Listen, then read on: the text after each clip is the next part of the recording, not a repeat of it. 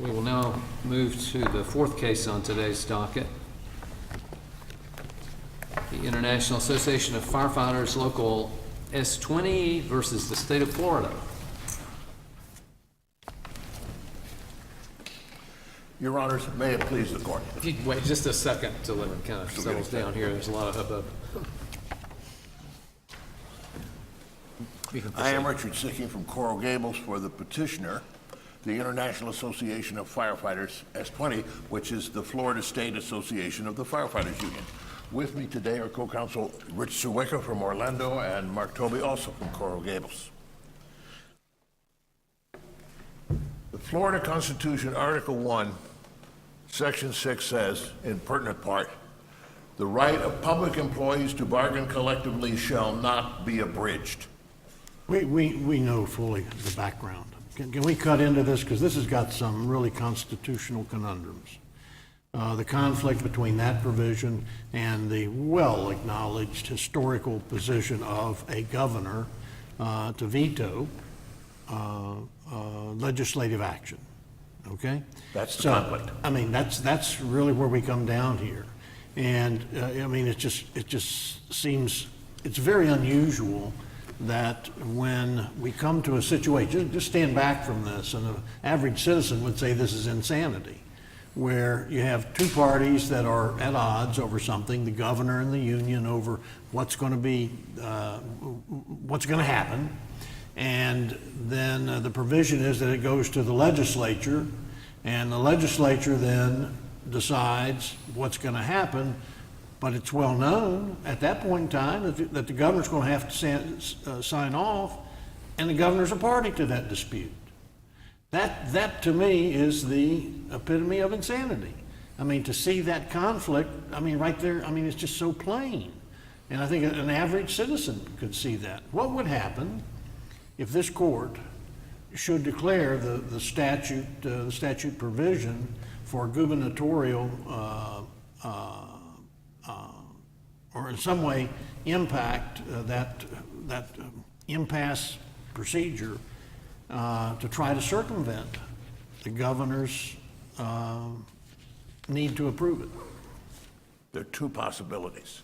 Possibility number one is he can't be judge and party at the same time. Well, agreed. I don't think anybody's disputing that. So that would mean it would not be collective bargaining if he could have his own way at the end of the process, obviously. I think that's pretty obvious. So that's one of the possibilities. The other possibility is something that surprised me about the district court's decision. They never mention what the constitutional test is for resolving such a conflict. And you held in the Attorneys Guild case and in the Childs and the Teachers case that the right of the public employees to bargain collectively is a fundamental right subject to the strict scrutiny rule. All right. So that would mean, all right, you say, well, the governor can still participate in this process, but if he does veto what the legislature resolved the impasse, then he's got to prove that he did so by strict scrutiny. Now, So in you this agree, case, are you urging us to adopt Judge Thomas's dissent? Is that what relief are you seeking? What would you like this court to hold? well, I would like you to hold that he's not involved in the process at all. Let me explain why. But I recognize.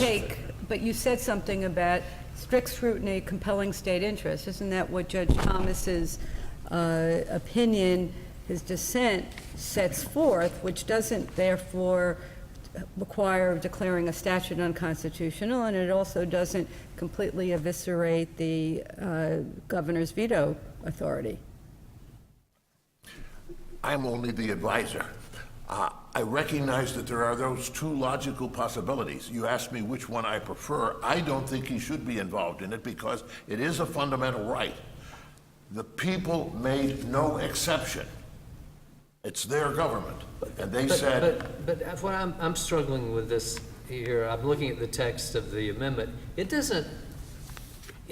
does not guarantee a particular result. The right to collective bargaining does not guarantee a particular path to a particular result, does it? No. As a matter of fact, the legislature could have resolved this in favor of the governor's position, but they didn't. And that's the Well, okay, point. but We have to deal with it the way it seems is. like, it seems like when we're talking about this conflict between this provision of the Constitution and this fundamental feature of our Constitution, which involves the governor's veto right over legislation, would you concede that that is a fundamental aspect of our system of government? Yes and no, and I know that's a lawyer's answer because there is another fundamental and much more fundamentally fundal, and that's the limitation on the power of government contained in the Declaration of Rights. You know, when this was adopted, this right to work provision, this is part of the right to work section, when that was adopted, how in the world would the voters looking at that have understood that there was going to flow out of that some implicitly some limitation on the governor's authority to be involved in the use of the veto, and that that there were going to be appropriations that would be made that the governor could do nothing about. He'd have his veto authority would be totally set aside, that aspect of the gubernatorial power under our Constitution would be set aside. You look at those words and that flows from that. That's what I'm having trouble wrapping my mind around that. This court had to answer that rather early on because the legislature met every 2 years at that time, and they went through 2 sessions without doing anything to implement that. And in Ryan 2, Chief Justice B.K. Roberts, writing for the court, said, "You're going to have to do that at the next session of the legislature or we'll do it for you." And then he went on to say, the argument about whether the public employees should have the right to bargain collectively is over. Quote, "The people have spoken," close quote. So And yes, that's an override. that's unquestionably true. It's here. It's in the Constitution. But the precise contours of that and how that process flows and how it reaches a particular conclusion is you can't divine from what those words say. It Can may you? become awkward when dealing with the state legislature. It works much easier in a city, obviously. More people involved, legislature doesn't meet all year long, but that doesn't diminish the right. The right is still there, and it's not that difficult because all that really happens, and by the way, when they first implemented it, the resolution of impasse was by arbitration, which is what is commonly done in the private sector. But the legislature repealed that, so that's out. So if the parties have not reached an agreement, if they're at impasse, there has to be some constitutionally authorized third-party decider. In this instance, it's the legislature. And the big difference here was the legislature appropriated the money as well as having resolved it. Well, it sounds like, I mean, even though if you would have arbitration, and it requires legislative action to appropriate the money to satisfy it, it's still going to flow up to the governor. They have already appropriated the money. The question here, which is fundamental, is can the governor use his veto power over the budget to violate the fundamental rights of the people? He could cancel elections. He could do anything. It cannot be. I feel foolish standing here that I'm advocating for the importance of the Declaration of Rights. The Declaration of Rights is by definition a limitation on the power of the government, no matter how big that power is. The government cannot use, whether it's whatever branch, and it's not just this governor, it's any governor, it's the executive power, cannot be used to violate fundamental rights unless the government can show that it was a compelling state interest and that it was the least intrusive way to do so. And you said in the Childs case, I think it was a $700 million shortfall in a $28 billion budget. And you said, that's not a compelling state interest. You also said in dicta that a political necessity isn't either. Was the context there, to refresh my memory about that, the context there was about a contract that had been entered, and the question of whether that contract could be set aside, right? Exactly. But that's not what we've got here. This is something that's never actually come to fruition because of the governor's vetoed it. This is new, you're right. But the principle is the same. The principle has to be that once the legislature, which is the designated, and there has to be somebody who resolves the impasse. And it can't go back to the party who said no in the first place. It couldn't be the union either. But the legislature has resolved the impasse. They did, and they appropriated the money. Well, but they have a separate provision. If the money's not there, then it's resolved in the other way. Isn't that correct? Yes, but it was resolved. It's either the governor is an interloper and he's out of this process. Try it another way. What if the legislature had designated the courts as the resolution of impasse? The legislature cannot appropriate funds except by passing a law. That's the way the legislature acts. Again, that is part of the process of our government that is fundamental. And the governor is part of that process. And the people have put limitations on that in the Declaration of Rights about all sorts of things. This particular one is right there with the right of assembly and freedom of religion. There is a difference between the right to collectively bargain that's in the Declaration of Rights and the right to receive how much money of public funds you're going to get pursuant to that thing, pursuant to the collective bargaining agreement. Those are two separate things, and the right to collectively bargain is protected, Declaration of Rights, but it doesn't guarantee without limitation how much money you're going to get. And that's subject to the appropriation process and the governor's powers over that whole process, like all other public funds. Is it not? This case is not about the amount. It never was about the amount. This case is either one of two things. The governor cannot use his power of the budget to violate the fundamental rights of the people in any way. Or, if at least with regard to collective bargaining, the strict scrutiny rule applies and he would have to demonstrate a compelling state We're not interest. talking about money. And he didn't do that. Are we not talking about money? They already had appropriated the money. He said no. He can only say no if he can demonstrate that there was a compelling state interest to do so, and there isn't, and he never demonstrated that. Would you finish your thought about in resolving an impasse, they could have used a judicial mechanism? Explain that. Well, that certainly wouldn't have separation of powers, and certainly the legislature would have to honor the decisions of the court. That's why we're here. You know, there's no separation of power. The state is adjudicated, it has its rights all the time by the courts. There's nothing new about that. The question is, was it appropriate to have the legislature do it? And the answer is yes, they're not the employer. But even if the court or the person who, or the entity that was to resolve the impasse, Yes. and the court came up with some amount, and the legislature had to appropriate the money, what would stop the governor, even under those circumstances, from vetoing? Well, of course, that's a different process, and I think you may recognize it where it comes to play. Because if a court, a circuit judge, had decided, if that was who was given the power to do the resolution of the impasse, and he decided in favor of the union, that could go to a writ of execution, and the sheriff would take the bank account of the state to satisfy Well, him. you can't execute against the state. That's not the remedy. The point would be is if we had a judgment of some kind, Yeah. question would be, what's the process to flow up the chain? So first it would go through the legislative process, and then let's assume that the legislature approves payment of a judgment of some kind, and then it still goes to the governor. And I mean, that's the problem. Everything that the legislature does flows up to the governor. That's a fundamental fight it's not a fight, it's a fundamental problem to deal with in this area. We do not have a gubernatorial form of government. We have a constitutional form of government. Well, that's true, but the Constitution gives whoever's sitting in that chair the power to either approve or veto. Yeah, but this amendment that gave the people rights was that later in time. So we certainly know that the people, when they voted for this, and as B.K. Roberts said, the people have spoken. Let me ask you to address a practical question that I have. What agency or agencies were the recipient of the funds in the appropriation that got vetoed?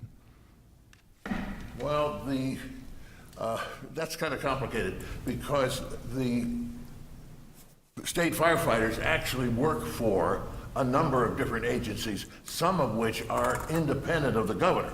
That is to say, there's the teachers at the State Fire College, they work for the chief financial officer. There's the forestry firefighters who fight forest fires, they work for the commissioner of agriculture. Both of those people are independent constitutional officers in their own right and don't answer to the governor. Is it They're still funded, they're still funded through the same appropriation bill, right? As a practical matter, isn't it correct that the legislature can practically make a veto-proof appropriation because of the governor can veto any specific appropriation, but cannot veto a proviso without vetoing the appropriation connected with it, correct? Yes, but fundamental rights. So the legislature could have put a proviso language attached with the salary budget for the Department of Agriculture and whatever other departments are involved, and says that out of this specific appropriation of however many millions or hundreds of millions of dollars, the whole operating budget or salary budget, so much can be used for that. And that puts the governor in a position of, he's going to have to, if he wants to veto that proviso, he has to veto the entire budget for the agency. I mean, the legislature does that all the time, right? But not with fundamental rights. The fact of the matter is... I guess the thing that disturbs me, if the legislature can essentially practically make an appropriation veto-proof because of that second proviso, particularly in light of that, it's troubling to me that the thought that the legislature can, by statute, make a specific appropriation veto-proof in contravention of the first part of the veto language that says the governor may veto any specific appropriation. I mean, they chose to do this in a way that the Constitution allows the governor to veto it. That's their prerogative. They resolved the impasse in that manner. They could have resolved the impasse in a manner that made it practically impossible for the governor to veto. So I just... Fundamental rights are supposed to be free and available. They are you're not subject to the intricacies of the legislature. But you're not contending that you have a fundamental right to the $2,000, right? I mean, there's no fundamental right that required that the legislature provide that amount of money. That's not the issue here. Well, I understand that, but that you're saying that, but it is the issue. That's what we're talking about. It's all about whether that money's going to be spent by the state or not. And I'm having trouble following the line of argument, though. It's a fundamental right, but it's not a fundamental right such that the legislature had to do it, right? Somebody has to do it. Either the judicial branch, arbitration, so that you've got or the legislative a branch. fundamental right to get that amount of money. Well, it's a fundamental right to have the impasse resolved. I understand that. And they could resolve it by 1999, whatever it was. Or by zero, right? Or, yes, they could have done it in favor of the governor, but they didn't. And that's the point. They appropriated the money, But if and they- the if they governor can has do now it- violated the fundamental right of the parties to bargain collectively. If they can do it in favor of the government, so it seems like they have at least three options. They can say, no, you don't get it. Yes, you get it, and I'm going to do it in a way that it's practically impossible for the governor to veto. Or, yes, you can get it, but I'm going to do it in a way that the Constitution allows the governor to veto it. And if you don't have a fundamental right to the money, why do you have a fundamental right to dictate the way the legislature does it in a manner that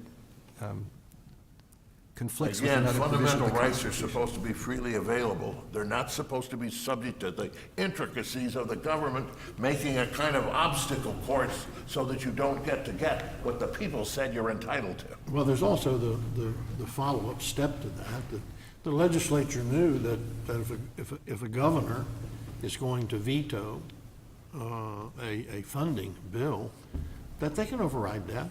Same argument. I mean, they can override that with a vote. So that, why would that not, if I'm sitting here totally looking at this whole picture, that would be the fallback position. Okay, so the governor doesn't go along, we'll override the veto. Again, Why could that not work? The rights, fundamental rights, and you said it's a fundamental right subject to strict scrutiny. Now it's no longer subject to strict scrutiny? It should be, but the point, of course, is if it's a fundamental right, you can't have intricacies like overriding a veto, or then it's just trash. It isn't fundamental at all. The fact of the matter is, I know this is a little different because it's just the workers, but the fact of the matter is the people wanted this, and it's their government. Remember what Abraham Well, Lincoln said? that's not in dispute here. This Okay. court recognizes that. The question is what does that mean? Does that just eliminate any discussion of the process by which that fundamental right is implemented? And part of the bargaining process doesn't include a particular amount, but it does, I think, it's fair to say, have a process that's fair, so that you don't have the actual opponents to the process having to say on what happens. The argument is the same. I offered that as an alternative, which is a reasonable approach, and is the one you've always used for everything. And that is, the governor can participate in this process, as you're suggesting. But if he is going to go against the legislature's resolution of the impasse, then he is going to have to demonstrate the strict scrutiny test, a compelling state reason for doing so. That's the rule of law. It's the ordinary way of operating our constitutional government. You have used all your time and plus a little more, but I will afford you 2 minutes for rebuttal.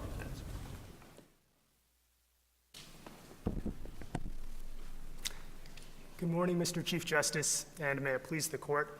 If I may, I'd like to start out by addressing what we think is the single most important issue that's presented in this case, and that is whether the legislature should be understood to have the authority to statutorily modify or repeal or limit the governor's constitutionally assigned role in the appropriation process. We think the answer to that question, under the plain text of Article 3, Section 8, and this court's precedents construing that provision, has to be no.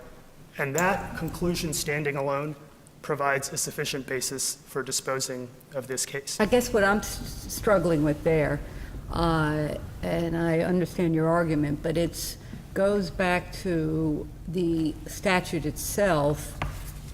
Would we be saying, as when it comes to money, that it's essentially whatever is decided within the scope of that collective bargaining statute, that the governor can veto that for any reason he wants? And I just would like you to address Judge Thomas's, I don't know, was it a dissent, or to say, well, at least though, if there's a compelling interest to override it, that then harmonizes the right to meaningfully collective bargaining with the right to veto.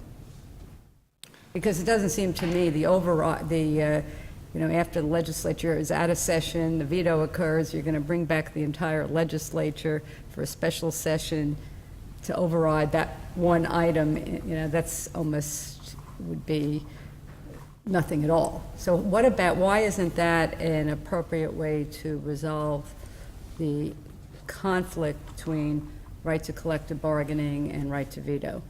For a couple of reasons, Your Honor. First, this court has never held that the governor's exercise of his veto power is subject to strict scrutiny based on the reason supporting the exercise of that power. So this is an entirely novel constitutional innovation that our friends on the other side are asking this court to embrace for the very first time in the history of this state. And that's a dangerous road to go down. We would emphasize, in response to Your Honor's question, the practical and the doctrinal implications of accepting petitioner's novel constitutional theory. If it's true that the legislature, when it's enforcing or implementing Article 1, Section 6, can do away with the presentment requirement of Article 3, Section 8, what else can it do away with? So, for example, why can't the legislature do away with the bicameralism requirement that's set out in Article 3, Section 8. Wait, I think let's go back. Are you saying, so is the statute itself that the legislature passed unconstitutional? It is not, because we believe that the statute need not and should not be construed to limit the bicameralism or presentment requirement that is set out in Article 3, Section 8. And that's not just our view, Justice Pariente. This court in Florida versus... I guess what I'm still, maybe it's, I'm just, you got a procedure for collective bargaining, both parties they come to an impasse, and then the statute requires that the legislature make that decision and appropriate, correct? Yes. So the issue of how it gets resolved, if the governor has plenary authority to veto that appropriation, then doesn't it undermine the entire statutory scheme? And again, it's, I don't know, but I don't think it's like what you just said. Could they amend I mean, you're talking about a bicameral legislature, isn't that in the Constitution? It is, and Okay, so I don't really think that and that's... so is the presentment requirement in Article 3, Section 8. In other words, there is a single, exclusive, and mandatory procedure by which a bill can become law in this state, and that is set out in the express terms of Article 3, Section 8. The legislature has no more authority when it's implementing Article 1, Section 6 to do away with the presentment requirement than it does to do away with any other generally applicable constitutional Let me make sure requirement. that I understand is that, as your distinguished opposition suggests, that you would interpret our constitutional scheme as so that the executive has absolute dictatorial power with regard to reviewing every item that deals with finances, either to accept it or veto it. It has no, whether that deals with elections, whether that deals with other forms of what we consider our American way of government, and there's no exception to that. Is that the premise that you're following? So our premise is that this court should follow the precedent that it's articulated in Brown versus Firestone, which is not that the governor has absolute dictatorial power, far from it. This court in the Brown case stressed that the veto power has to be exercised in conformity with the requirements set out in Article 3, Section 8, including the requirement to which Justice Lawson referred, which is that if the governor vetoes a specific proviso having to do with an appropriation, he's got to veto that whole appropriation. And that, for exactly the reason that Justice Lawson stressed, provides a very significant check on the governor's power. But other than that, if it's not contained, if you don't follow through with proviso and all that, play that game, that the governor, whoever it is, this one or the next one or any of them, would have the power under circumstances such as this to take an action through a veto that let's assume clearly violates another provision of our constitutional, we consider to be the rights. Is that where we are? No, because we're absolutely not asserting the authority of the governor to violate any other generally applicable constitutional provision.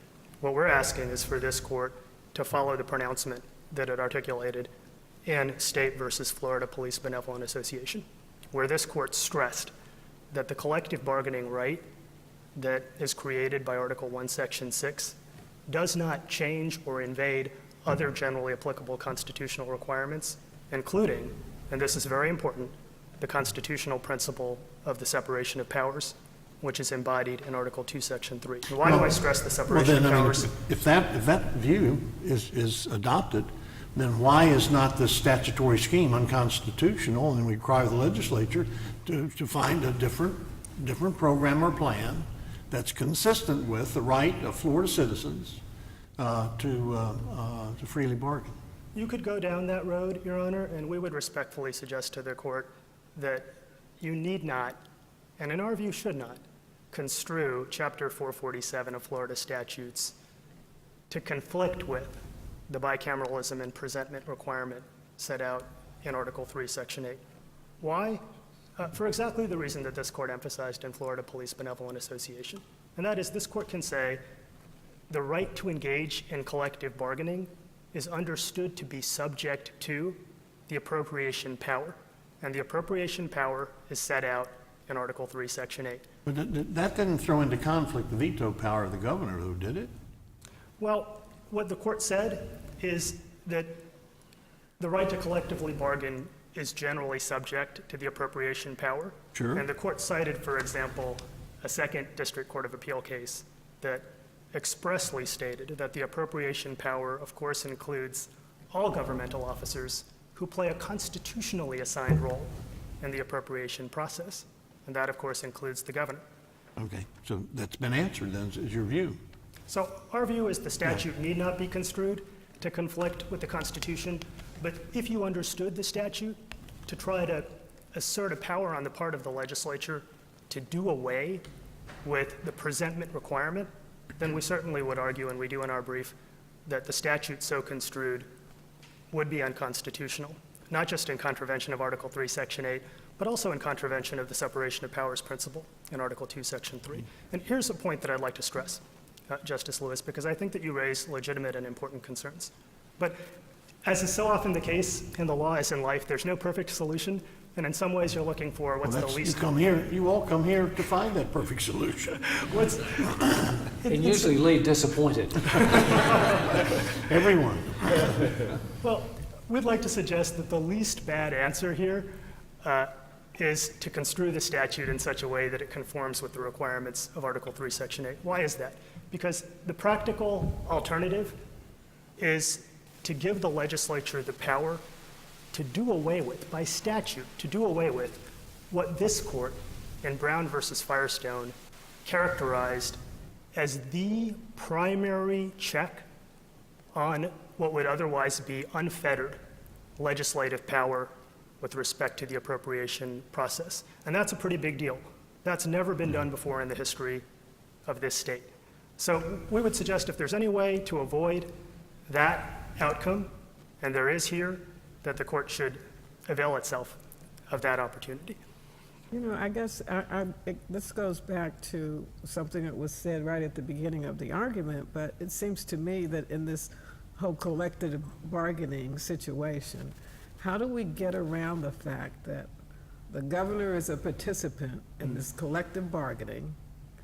You get an impasse, and so what you're saying is the governor has the last say in this whole process because the governor gets to veto, even though you've got a process where the impasse goes to supposedly a neutral body, looks at the governor's point of view, looks at the other participants' point of view, comes to a compromise or solution, and then the governor still gets to say no. So how do we get around that? Is there some way to resolve that? Yeah, it's a very important question, Your Honor, and I would answer it in a couple of ways. The first is to say that it is not altogether uncommon in our constitutional system for one branch of government to have the power to resolve disputes that touch on its own power. And so, for example, the legislature can appropriate funds that affect and go to legislative operations. This court, on a quite frequent basis, decides cases that speak to the distribution of power between the judicial branch and other branches of government. There's nothing improper about that, even though you could conceptualize it as a species of self-interest. It's just another way of saying that each branch under our Constitution has to perform its constitutionally assigned role. I'm sort of stuck on the argument, and maybe you've already answered it the best and that is available, that we're dealing with a fundamental right to collectively bargain. And so it's not the same, and we're not talking about the separation of powers issue here. And you're saying, and you would admit, there's a way to override the veto by going to a special session, and that's the answer to it. That's how the collective bargaining right would get effectuated, even though we, again, for the reasons I pointed out, that's really meaningless. So I'm still, I guess I'm struggling with the, why the solution of that if the governor's going to veto this particular appropriation, he has to show more than, oh, everyone should have gotten the money, which is what he said, right? He wanted all state employees to get the money, or no one gets it. But that's not what this case was about. So why wouldn't there be, listen, we're in a financial crisis, I'm vetoing all these other, something else other than I want everyone to get a pay raise? I mean, what would be why would that nullify in this particular area the veto, the authority of the governor to veto? So I think the answer to Your Honor's question is that Article 3, Section 8 doesn't say that the legislature can do away with the presentment requirement. If, Well, I guess we're going to go back to the others. same, so all we're doing is going back to the same issue, which is that you're saying Judge Thomas's dissent cannot comport with the presentment requirement. And I'm just saying, well, I don't know why, if it's just still requiring the governor to demonstrate something Compelling more state than, interest. I don't want to, I told you I didn't want to collectively bargain. I didn't agree with that. That's why I went to an impasse. The legislature went through it. They appropriated, but I can say no. So there's no right at all, as Mr. Sicking said, if that can happen. So just to stress a practical reality, we would respectfully disagree with the suggestion that there's not a meaningful right to engage in collective bargaining here, as evidenced by the fact that the firefighters asked for a $1,500 per person pay raise, and they got a $2,000 And they per got nothing. person I thought they get pay nothing. raise in 2016. And then most, or some of their members got an additional $2,500 per person pay raise in 2018. That's based on public enactments that we've cited on page 5 of our answer brief with citations to the public laws. But here's the more fundamental answer to Your Honor's question about this issue of conflict of interest. What is the greater conflict of interest? The fact that the governor, like many constitutional officers, sometimes wears two hats, and he has to play a role, a constitutionally assigned role, in the appropriation process, even though he can also be a public employer within the meaning of Chapter 447? Or is the greater conflict of interest giving the legislature the authority to modify or repeal what is the I primary think we're check? talking, I really feel like we're talking past one another. I'm sorry, let me I try mean, to. because I'm just saying, it would seem that would vindicate, that solution would vindicate both rights, and not about the legislature. Subjecting the veto to the compelling state interest test. And so I think the answer to that is, Your Honor, there are a lot of practical reasons why you might not want to go down that road. The right to collective bargaining is not the only right that is implicated by appropriations. A lot of constitutional rights, as a practical matter, require funding in order to be meaningfully protected. And let me just give you a couple of examples. There's the right of all children under the state constitution to have an adequate education under Article 9, Section 1. There's the right of criminal defendants to have speedy and impartial trials under Article 1.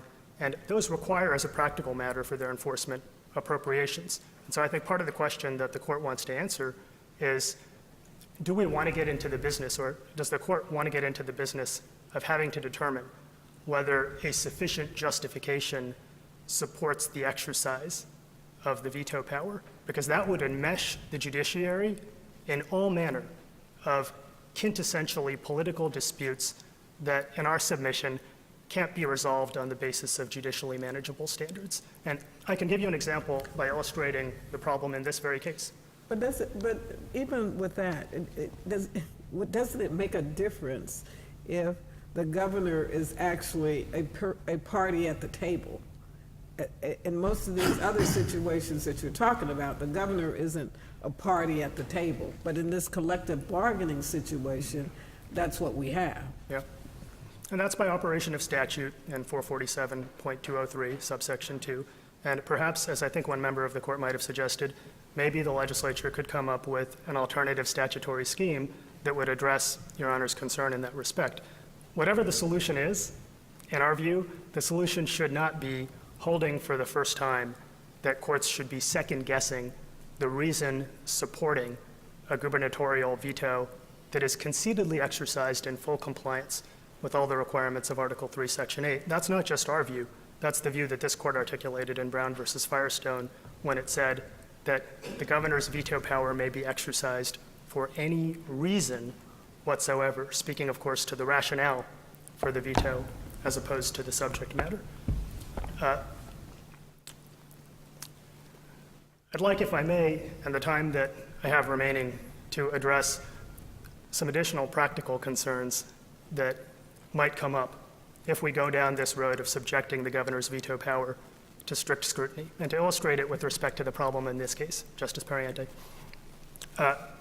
In this case, the firefighters asked for a $1,500 pay raise, and the legislature in the first instance passed a $2,000 per person pay raise. Could the governor reasonably have determined that those firefighters who are in the collective bargaining unit should get the pay raise that they asked for, but that the additional funding that was available should go to vindicating other constitutional rights, including the right to the right to an adequate education? Are there judicially manageable standards by which the courts of this state could say it's unreasonable for the governor to say that that additional money should be going to paying for people's health care, going to pay for education, even though the additional money was above and beyond what the union itself requested? One final point I'd like to just stress is that the legislative process here did play itself out, because at the end of the day, the governor didn't decide this case. The legislature did resolve the impasse. And that's not just because the legislature declined to override the governor's veto, but also because the legislature expressly provided that outstanding impasse issues would be resolved as a matter of law by maintaining the status quo, and that's Chapter 2015-223, Section 1. The legislature didn't have to do that, but it did that. Petitioners may not think that's a good resolution of this collective bargaining dispute, but it is a resolution, and it's a resolution that the legislature had the constitutional authority to enact. I see that my time has run out, and I'm happy to answer any other questions that your honors might have. Thank you. Shall not be abridged has no exception. No exception. There is a new conflict here between the governor's power over the budget and a fundamental right. And the solution which I offered to you for this conflict is the one you have always used. That if a fundamental right is involved, then you have to ask the question, did the government demonstrate a compelling state interest and the least intrusive way of addressing it? You heard a lot of argument from the respondent, but you heard no statement of what was the compelling state interest. You heard no statement of why this was the least intrusive. They did not meet the test of strict scrutiny, and the test of strict scrutiny must apply to all fundamental rights, or we don't have constitutional government. And that's the solution to this case, and I thank you for your time and attention. We thank you both for your arguments, and that concludes today's session of court. Good to see you. All right.